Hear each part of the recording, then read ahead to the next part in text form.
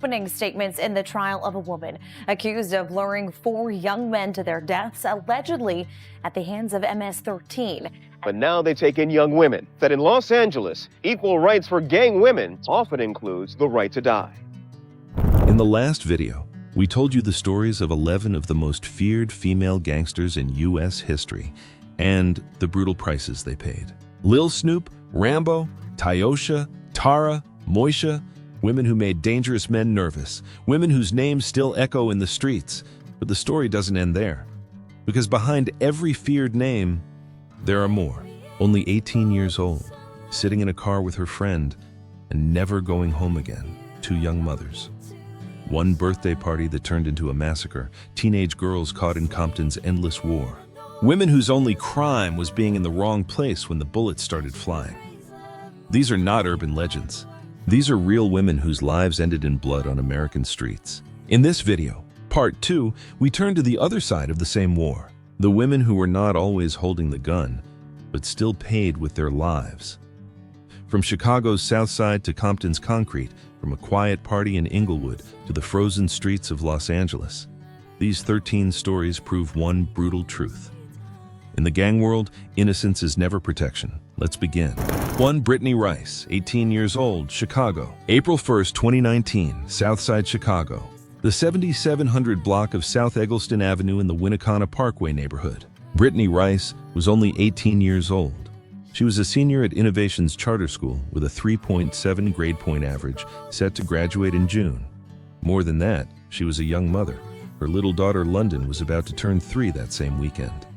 On the last day of her life, Brittany worked a full 7-hour shift at Walmart. Then, she clocked in for a second job with DoorDash. Every extra dollar was going toward her daughter's birthday party. She wanted balloons, a cake, something special for London. She never got to see it. That night, she was sitting in a bronze Nissan sedan with her friend and co-worker Senobia Brantley and a 19-year-old male friend. They were giving a ride home after work. They were talking, laughing. 3 friends ending a long day the way thousands of young people do in Chicago every night. None of them lived on that particular block. They had simply stopped. Around 11:40 p.m., a blue sedan pulled up. 3 men got out. At least one of them opened fire at close range. Nearly 30 shell casings would later be recovered from the street. Bullets tore through the car. Brittany was hit multiple times. She was rushed to St. Bernard Hospital. She never made it. 18 years old, a mother, gone in seconds. Her mother, Monique Pearson, could not understand how her daughter had been targeted. "My daughter didn't bother no one," she said. The family still threw the birthday party for little London that weekend, fulfilling Brittany's final wish. Years later, federal prosecutors would list Brittany's killing among the murders tied to the Face World faction of the Gangster Disciples. But on that night in 2019, she was just a hard-working teenage mother trying to give her child a normal childhood in a city that refused to let her live long enough to see it. The connection only became clear years afterward, when a federal racketeering indictment unsealed in late 2025 charged members of Face World, a violent South Side faction of the Gangster Disciples based around the 79th Street area, with a string of 13 murders and other crimes. According to the indictment, on or about April 1st, 2019, Face World member Taiwan Taplar shot and killed Brittany Rice and Senobia Brantley while they sat in the parked car at 77th and Eggleston, also wounding the young man with them. Face World was locked in long-running, bloody feuds with rival groups, including Wooga World and a set known as 900. Prosecutors said the enterprise used drive-by shootings, stolen cars, and targeted attacks to protect territory, intimidate rivals, and build its reputation through violence. The women themselves had no documented gang ties and no serious criminal records. Police at the time described the shooting as targeted but puzzling. There was no known gang conflict in that exact block, and both Brittany and Senobia were simply co-workers finishing a shift and giving a friend a ride home. In the cold logic of the streets and the federal case that followed, that didn't matter. Face World members allegedly went looking for rivals or people they believed were connected to rivals and opened fire in places where they thought enemies might be. Brittany and Senobia were in the wrong car, on the wrong street, at the wrong moment. What looked like a senseless double murder of 2 young mothers in 2019 was later presented in court as one more act in a years-long pattern of enterprise violence. The streets of Chicago do not care how young you are, how hard you work, or how much you love your child. They only care that you were there when the bullets started flying. 2. Senobia Brantley, 19 years old, Chicago. Sitting in the front seat right beside Brittany that same night was 19-year-old Senobia Brantley, another young mother. Her 2-year-old son, Jabari, was waiting at home. Senobia had her whole life still unfolding in front of her. She worked the same Walmart shifts as Brittany. She raised her son. She dreamed of better days the way every young mother in the city does when she looks at her child and imagines a future that does not include gunfire. When the blue sedan stopped and the 3 men stepped out, Senobia had nowhere to run. The same close-range gunfire that killed Brittany took her too. She was struck multiple times, rushed to the same hospital, pronounced dead the same night. 2 young mothers, 2 toddlers left behind, 1 parked car, 1 targeted attack that police at first could not explain. In the days that followed, friends and family gathered at a dance studio on East 75th Street. Pictures of Senobia and her little boy were placed on stuffed animals. Young girls who had known her cried in each other's arms. The city called it a tragedy. Detectives said the neighborhood had no active gang conflict. They asked the public for help. For a long time, the case stayed open and cold. Years later, when federal indictments came down against members of the Face World faction of the Gangster Disciples, Senobia's name appeared on the long list of people whose deaths were linked to that violent enterprise. Whether she ever knew the men who killed her, or why they chose that car on that night, the streets never fully answered. What remained was simple and permanent. A 19-year-old mother who went to work, sat in a car with her friends, and never came home to her son. 2 young women, 2 small children who will grow up without their mothers. One night in Chicago that proved once again how quickly the streets collect their debt. 3. Chantel Grant, 26 years old, Chicago, July 26, 2019. Just before 10 p.m., the corner of 75th Street and South Stewart Avenue on Chicago's South Side. Chantel Grant was 26 years old and a mother of 4. Her youngest child had only just turned 1. Every single day she brought her kids to that same corner. It was not a random place.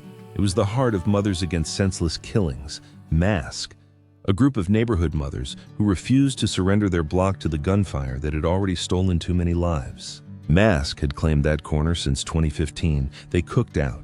They handed out food. They watched over a vacant lot they turned into a play space for children. They wore pink shirts that said Moms on Patrol. Chantel was one of the regulars. She believed presence alone could push the violence back. She believed mothers standing together could create something the streets could not destroy. That Friday night, she was standing there with her friend, Andrea Stoudemeyer, doing the same work she had done for years.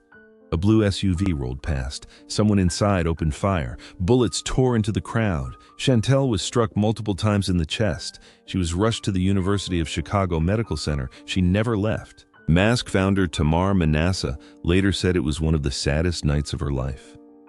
Every day Chantel brought her kids here. Every day. By now I should have seen Chantel at least 3 or 4 times. I will never see her again. Police first said the women were likely not the intended targets. The intended target appeared to be a man who had recently gotten out of prison and was standing nearby. Years later, federal prosecutors told a different story. In the Face World racketeering indictment, the July 26 drive-by that killed Chantel Grant and Andrea Stoudemeyer was listed among the murders committed by the Gangster Disciples faction. Tyrone Foy was accused of driving the vehicle while others opened fire, believing they were hitting rival territory. Chantel Grant tried to stop the cycle with her body, her time, and her children beside her. The cycle answered with bullets. A 26-year-old mother of 4, who only wanted a safer corner for her kids, became another name on the list of the dead. 4. Andrea Stoudemeyer, 35 years old, Chicago. Standing right beside Chantel that same night was 35-year-old Andrea Stoudemeyer. She was a mother of 3. Like Chantel, she had decided the only way to fight the violence was to stand in its path.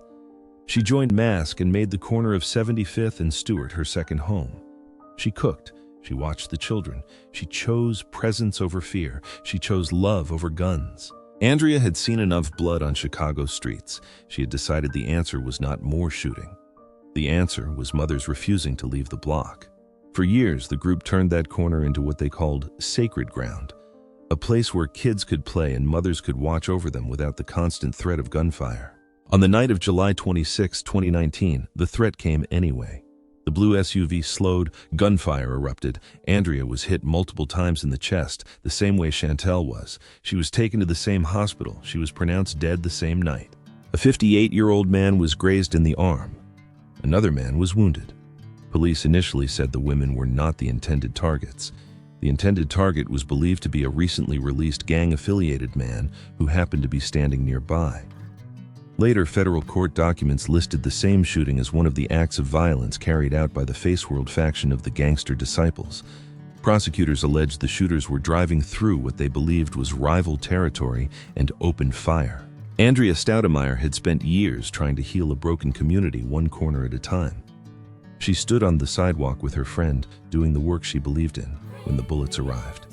2 mothers, 2 peacekeepers. One drive-by that turned their sacred ground into another crime scene.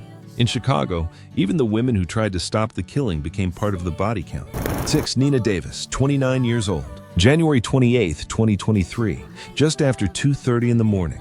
A quiet cul-de-sac in Beverly, Crest, one of the most exclusive neighborhoods in Los Angeles, tucked into the hills north of Beverly Hills. Nina Davis was 29 years old. She lived in Bolingbrook, Illinois, just outside Chicago. She was a single mother of 3 young children, an 8-year-old girl, a 7-year-old boy, and a 1-year-old girl. Friends remembered her as someone who had once worked as a nurse. Only 3 months earlier, she had lost her father. She had come to Los Angeles with a group of lifelong friends, people she had known since middle school, to support a Chicago rapper and spend a few days away from the Midwest winter. That night, the group had gone bowling.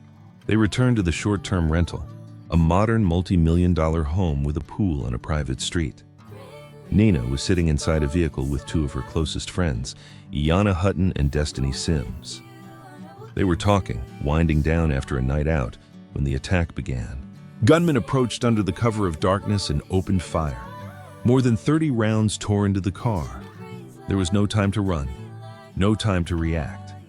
The luxury vehicle became a death trap. Nina was hit and killed where she sat, alongside the 2 women she had grown up with.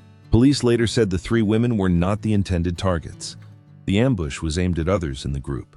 The shooters, investigators determined, had Chicago gang affiliations. The violence that had long haunted the South Side had followed them 2,000 miles west to one of the quietest, richest streets in Los Angeles. Nina Davis left behind 3 small children who will grow up without their mother. She had come for a break, for friendship, for music. She never made it home. 7. Destiny Sims, 26 years old. The 3rd woman in the car that night was 26-year-old Destiny Sims. She had been born and raised in the Chicago area before later moving to Buckeye, Arizona. She was a hairstylist and a mother of 3 young children, all under the age of 6. Like Nina and Iyanna, she had known the others for years. They had grown up together. When the opportunity came to fly out to Los Angeles and support a Chicago rapper, she joined them. It was supposed to be a short trip, a few days of music, friendship, and a change of scenery. They rented the luxury short-term home in Beverly, Crest. On the night of January 28th, they returned from bowling. Destiny climbed into the vehicle with Iyanna and Nina. Within minutes, the quiet street erupted in gunfire. More than 30 shots were fired in an ambush-style attack. The 3 women inside the car never stood a chance. Destiny was killed alongside her friends. 4 other people outside the vehicle were wounded, 2 of them critically. 2 more managed to escape the scene unharmed. Los Angeles police were clear. The women were not the intended targets. The attack was directed at other members of the group. The suspects later arrested all had ties to Chicago street gangs. What began as a weekend getaway for old friends ended with 3 young mothers and an aspiring artist dead in one of the wealthiest neighborhoods in the country. Destiny Sims had come to Los Angeles looking for a good night and a little distance from ordinary life. She left the city in a body bag, another life claimed by violence that refused to stay in one city. 3 women who only wanted a few days of freedom. All 3 never made it home.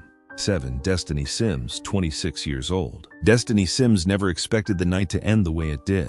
At 26, she was a young mother of 3 small children and a hairstylist who had grown up in the Chicago area before settling in Arizona. When her childhood friends invited her to Los Angeles to support a Chicago rapper, she said yes.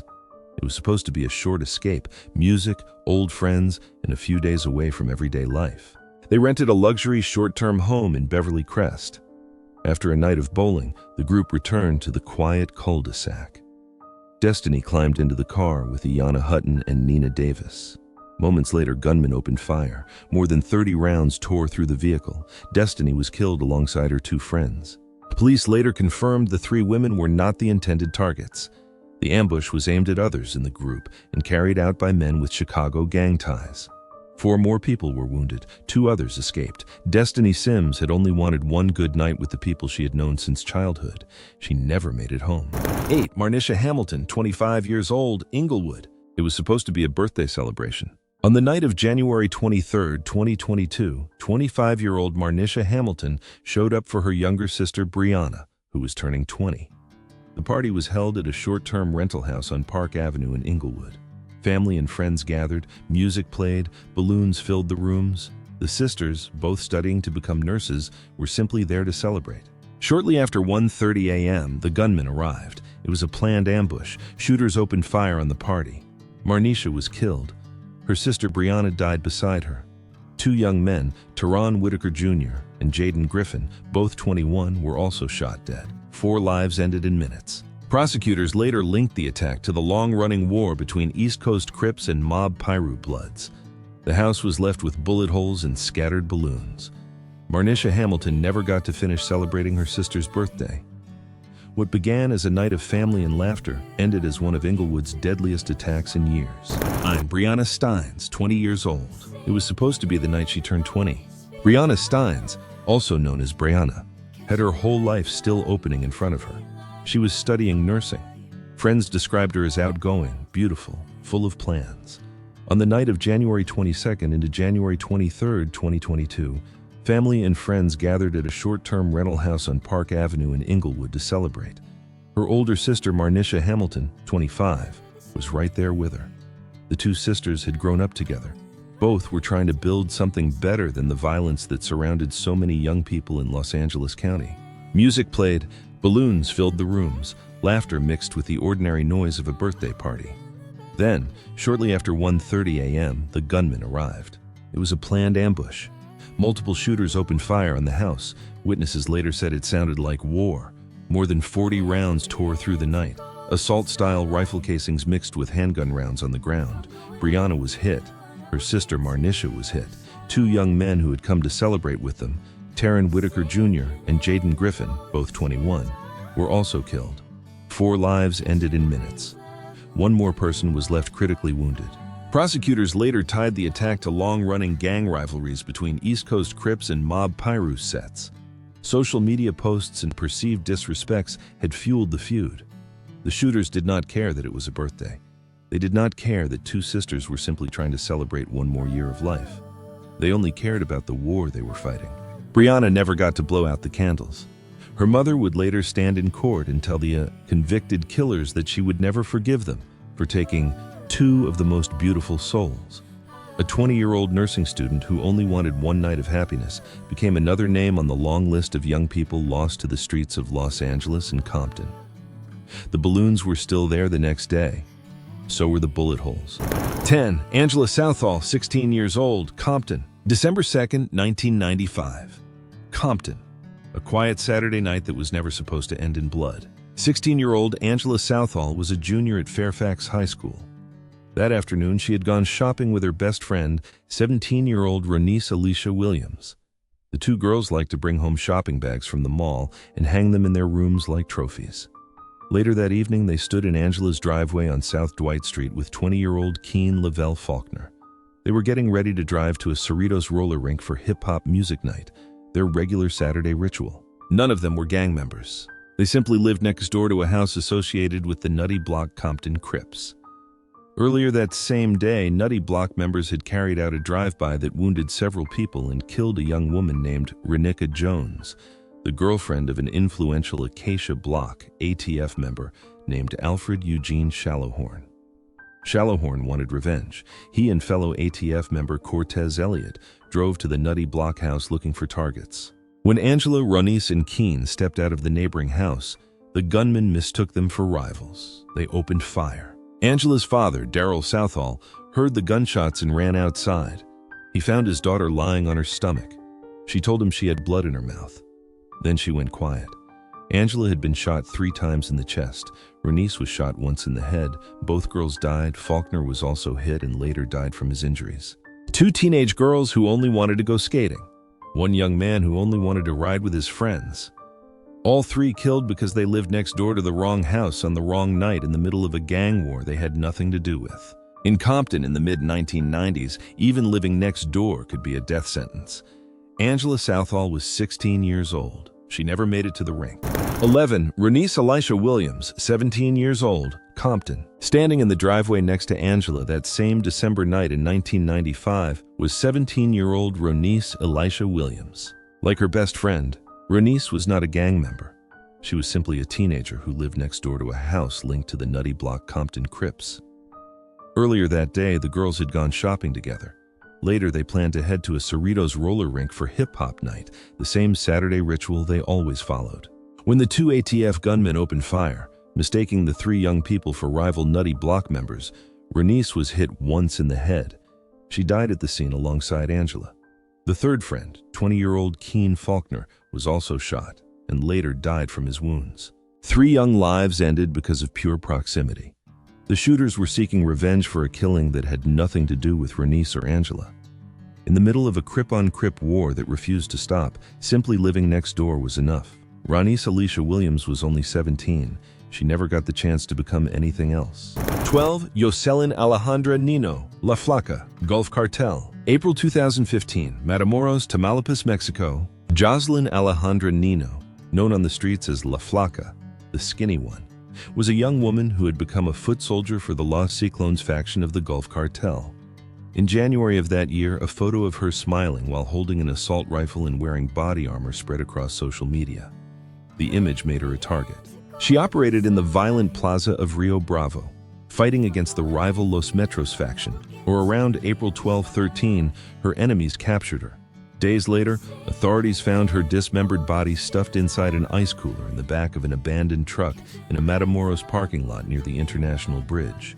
A second dismembered woman and a decapitated man, also linked to Los Ciclones, were found with her. Signs of torture were clear. She was identified by the distinctive Nino tattoo on her forearm. La Flaca had lived by the gun. She died in pieces, discarded like trash in a public place. The cartel world does not offer soft endings. 13. Maria Guadalupe Lopez Esquivel, La Catrina, CJNG. She was young. She was feared. She called herself La Catrina after the elegant skeleton of Mexican folklore.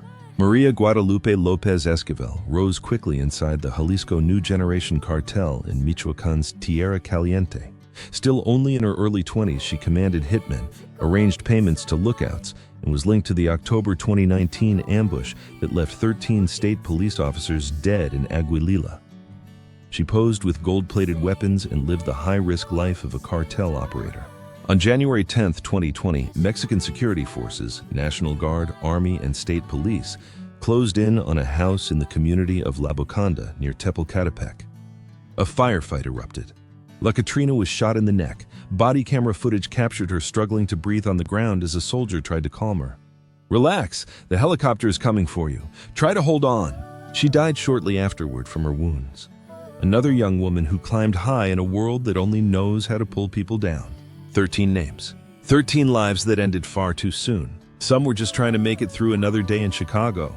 Some were celebrating a birthday. Some were standing on the wrong corner at the wrong time. Some chose the life and paid the highest price for it.